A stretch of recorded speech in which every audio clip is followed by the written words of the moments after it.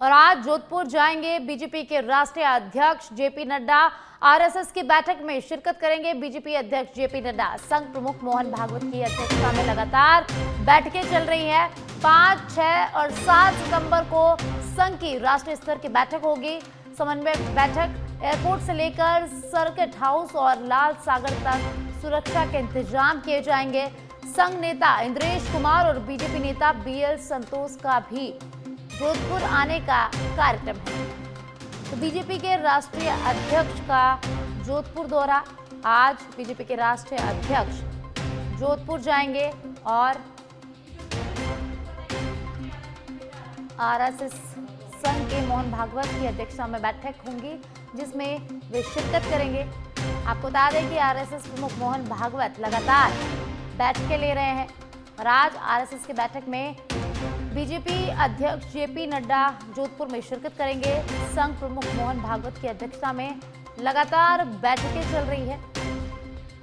5, 6 और 7 सितंबर को संघ की राष्ट्रीय स्तर की समन्वय बैठक होगी और जोधपुर में एयरपोर्ट से लेकर सर्किट हाउस और लाल सागर तक सुरक्षा के कड़े इंतजाम किए गए। संघ नेता इंद्रेश कुमार और बीजेपी नेता बीएल संतोष का भी आज जोधपुर आने का कार्यक्रम है। बीजेपी के राष्ट्रीय अध्यक्ष जेपी नड्डा का जोधपुर दौरा। आज जोधपुर जाएंगे बीजेपी के राष्ट्रीय अध्यक्ष, जहां आरएसएस की बैठक में शिरकत करेंगे।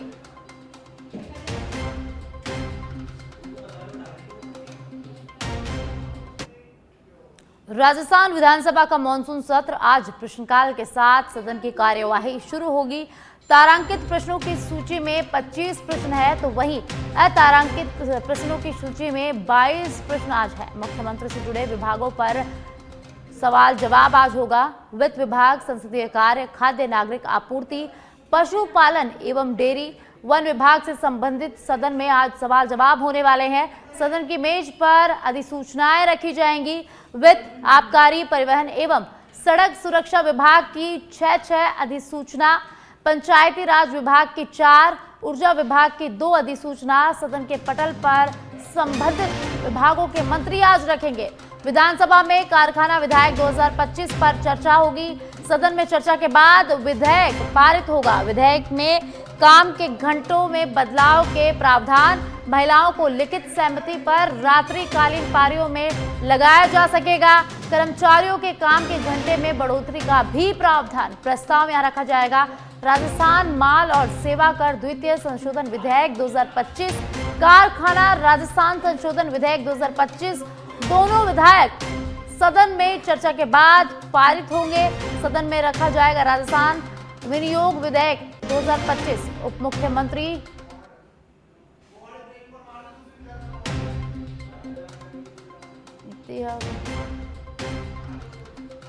विधानसभा में आज लगाई जाएगी याचिका। विधायक केसाराम चौधरी लगाएंगे की याचिका। पाली के ग्राम कंटालिया में कॉलेज खुलवाने की याचिका लगाई जाएगी। विधायक मनोज कुमार लगाएंगे आज एक याचिका।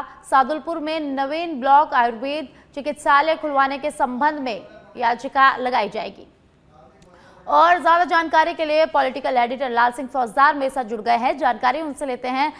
लाल सिंह जी, आज सदन की कार्यवाही सुबह 11 बजे शुरू होने वाली है, तो आज क्या कुछ खास इस कार्यवाही में रहने वाला है? देखिए साक्षी, आज विधानसभा की कार्यवाही प्रश्नकाल के साथ 11 बजे शुरू हो जाएगी और आज प्रश्नकाल में तारांकित प्रश्न सूची में 25 प्रश्न है और अतारांकित सूची में 22 प्रश्न है। प्रश्नकाल के दौरान मुख्यमंत्री से जुड़े विभाग, वित्त विभाग, संसदीय कार्य मंत्री के विभाग, खाद्य विभाग, नागरिक आपूर्ति, पशुपालन एवं डेयरी, वन विभाग से संबंधित सवाल रहेंगे और संबंधित जो मंत्री आएंगे विधायकों के सवालों के जवाब देंगे। इसके साथ ही साक्षी, आज विधानसभा में कुछ अधिसूचनाएं रखी जाएंगी जिसमें वित्त, आबकारी, परिवहन और सड़क सुरक्षा विभाग की 6 अधिसूचनाएं हैं। पंचायत राज विभाग की 4 और ऊर्जा विभाग की 2 अधिसूचनाएं पटल पर रखेंगे। इसके साथ ही कुछ समितियों के प्रतिवेदन रखे जाएंगे। प्रश्नकाल में समिति 6 के प्रतिवेदन सदन पर आएंगे। इसके साथ ही आज कुछ याचिकाएं भी लगाई जाएंगी। विधायक केसाराम चौधरी याचिका लगाएंगे जो पाली के ग्राम कंटालिया से कॉलेज खुलवाने की याचिका के संबंधित में है। इसके साथ ही सदन में कुछ वित्तीय कार्य भी होंगे। अनुपूरक अनुदान की मांगे 2025-26 के संबंधित में है साक्षी। इसके साथ ही राजस्थान विनियोग विधेयक 2025 आज सदन में रखा जाएगा। उप मुख्यमंत्री दिया कुमारी इसको सदन की मेज पर रखेंगी।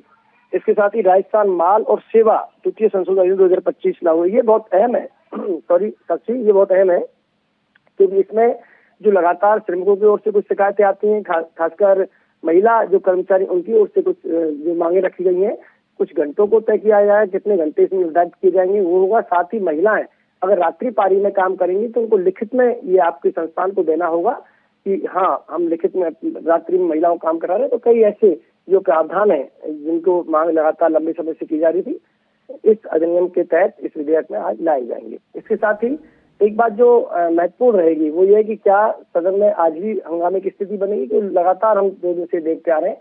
हालांकि आज कांग्रेस का प्रदर्शन रहेगा, वो किसानों के जो मुद्दे हैं, खासकर जो हाल ही में बारिश के कारण जो फसल खराब हुई है, नुकसान हुआ, उसको लेकर विरोध प्रदर्शन रहेगा।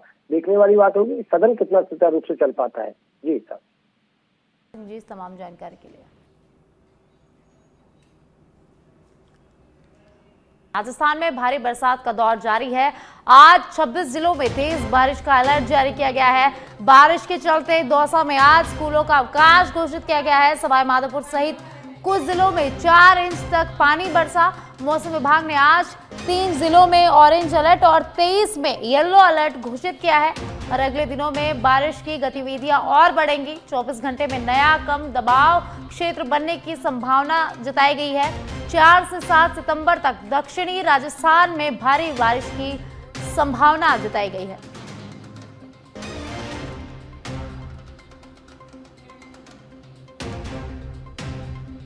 तो राजस्थान में भारी बरसात का दौर जारी है और आज 26 जिलों में तेज बारिश का अलर्ट जारी किया गया है।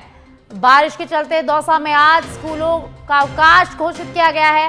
सवाई माधोपुर सहित कुछ जिलों में 4 इंच तक पानी बरसात दर्ज की गई। मौसम विभाग ने आज 3 जिलों में ऑरेंज अलर्ट और 23 जिलों में येलो अलर्ट जारी किया है और अगले दिनों में बारिश की गतिविधियां जो है वो और बढ़ने वाली है। 24 घंटे में नया कम दबाव क्षेत्र बनने की संभावना भी जताई गई है। वहीं 4 से 7 सितंबर तक दक्षिणी राजस्थान में भारी बारिश की संभावना जताई गई है।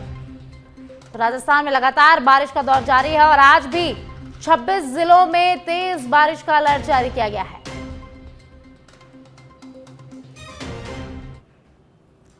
और ज्यादा जानकारी के लिए मेरे सहयोगी निरंजन मेरे साथ जुड़ गए हैं, जानकारी उनसे लेते हैं। निरंजन, राजस्थान में लगातार बारिश का दौर जारी है, वहीं आज भी कई जिलों में भारी बारिश का अलर्ट जारी किया गया है, क्या कुछ ज्यादा जानकारी है?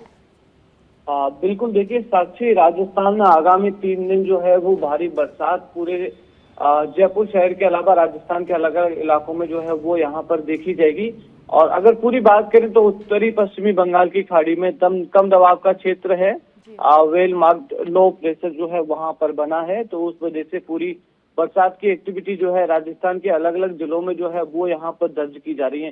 सिस्टम के उड़ीसा और मध्य प्रदेश की ओर बढ़ने की संभावना है, जिसके बाद में थोड़ी सी बरसात की एक्टिविटियों में जो है वो कमी आएगी, बरसात की जो है गतिविधियां कम होगी। मगर फिलहाल के लिए देखिए जयपुर संभाग के अलावा कोटा, उदयपुर, भरतपुर, अजमेर संभाग में जो है आज भारी बरसात की चेतावनी मौसम विभाग की ओर से यहाँ पर जारी की गई है। देखिए जयपुर की अगर बात करें तो जयपुर के कई इलाकों में कल अति भारी बरसात जो है वो देखी गई थी, जिसकी वजह से पूरा सिस्टम जो है यहाँ पर गड़बड़ा गया था और पूरे सिस्टम की पोल जो है वो पानी ने यहाँ पर खोल दी थी। जयपुर ही नहीं, जयपुर के अलावा भी कई ऐसे जिले हैं जहां पर सिस्टम की पोल जो है भारी बरसात की वजह से वो यहाँ पर खुलती हुई नजर आई। और आगामी हम बात करें तो 7 सितंबर तक जो है कई जिलों में भारी बरसात की एक्टिविटी का अलर्ट जो है मौसम विभाग की ओर से जारी किया गया। मौसम विभाग की ओर से आम लोगों के लिए भी अपील की गई है, सलाह दी गई है कि इस तरीके से अगर भारी बरसात की एक्टिविटी हो तो जरूरी काम नहीं हो तो घर से बाहर जो है वो नहीं निकलने की सलाह यहाँ पर साक्षी दी गई है। जी, बहुत बहुत शुक्रिया निरंजन इस तमाम जानकारी के लिए।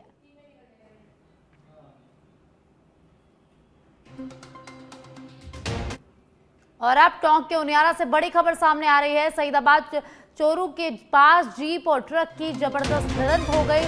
दर्दनाक सड़क हादसे में मौके पर एक व्यक्ति की मौत हो गई। दर्दनाक सड़क हादसा दुर्घटना में आधा दर्जन से लोग घायल हो गए हैं। थाना अधिकारी पवन कुमार चौधरी ने घायलों को अस्पताल पहुंचाया है। टोंक के उनवारा से इस वक्त की बड़ी जानकारी। शहीदाबाद में दर्दनाक सड़क हादसा और इस हादसे में एक व्यक्ति की मौके पर मौत हो गई और दुर्घटना में आधा दर्जन लोग यहां घायल हो गए हैं। अलवर जिले के खेड़ले पुलिस थाने में पुलिसकर्मी जान जोखिम में डालकर ड्यूटी कर रहे हैं। थाने की पुरानी बैरकों की हालत जर्जर है, जहां बारिश का पानी छतों से टपकता है। थाने की बाउंड्री वॉल नीची होने के कारण परिसर में पानी भर जाता है, जिससे बैरकों की नींव तक पानी में डूब जाती है। वहीं स्थिति और चिंताजनक है, क्योंकि थाने के फैमिली क्वार्टर पहले ही कंडम घोषित हो चुके हैं। सुरक्षा की दृष्टि से अधिकांश पुलिसकर्मी किराए के मकानों में रहने को यहां मजबूर हैं। थाने के निर्माण के समय से ही बैरक पुराने हैं और बारिश में पानी निकालने के लिए पंप सेट का सहारा यहां लेना पड़ता है। बावजूद इसके पूरा थाना परिसर बारिश के दौरान जलमग्न हो जाता है। पुलिस कर्मियों ने मांग की है कि थाने की बैरकों और फैमिली क्वार्टर्स की मरम्मत या पुनर्निर्माण जल्द से जल्द करवाया जाए।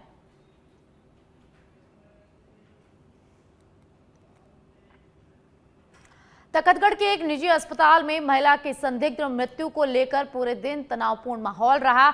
मृतका के परिजन और समाजजन ने तखतगढ़ थाने के बाहर धरने पर बैठ गए और डॉक्टर के खिलाफ हत्या का मुकदमा दर्ज करने, अस्पताल को सील करने और 51 लाख रुपए की आर्थिक सहायता की मांग को लेकर प्रदर्शन किया। प्रशासन और परिजनों के बीच लगातार 4 दौर की वार्ता हुआ, लेकिन कोई ठोस नतीजा यहां वार्ता का नहीं निकल पाया। देर शाम पांचवें दौर की वार्ता सफल रही, जिसमें डॉक्टर की ओर से पीड़ित परिवार को आर्थिक सहायता देने और सरकारी योजनाओं का लाभ दिलाने पर सहमति बनी। इसके बाद धरना समाप्त कर दिया गया।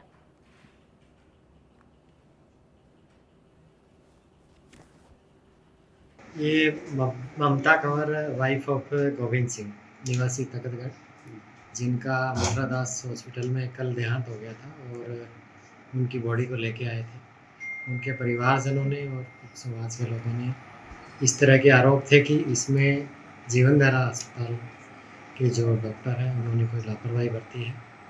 इस संबंध में प्रशासन ने दोनों पक्षों को बिठाया, फिर सामाजिक स्तर पे भी इनकी वार्ता हुई और उस वार्ता के माध्यम से उन्होंने अपनी जो गलतफहमियाँ थी या आपस में तय करके और उन्होंने मामले का निस्तारण कर था। एक निजी जो अस्पताल है उनके चिकित्सक पर आरोप था कि इलाज के दौरान जो महिला है उनकी मृत्यु हुई, उसके अंदर चिकित्सक पर आरोप था कि उन्होंने लापरवाही बरती है। तो उस संबंध में जितने भी फैक्ट्स थे वो कलेक्ट किए गए और परिजनों से भी वार्ता की गई और दोनों पक्षों की बातचीत कराई गई। तो दोनों के जो उनके आरोप थे उनके संबंध में स्पष्टीकरण उनका आया और उससे परिजन संतुष्ट हो गए। उनका ये था कि इलाज के अंदर लापरवाही नहीं पाई गई। ये परिजनों ने ये चीज अब इस चीज को माना। और अब खबर है बयाना से, जहां बयाना के नगला देवासराव गांव में हालत बेहद खराब होती जा रही है। रिको औद्योगिक क्षेत्र से निकला पानी अब रिहायशी इलाकों तक पहुंच गया है, जिससे गांव में बाढ़ जैसी स्थिति बन गई है।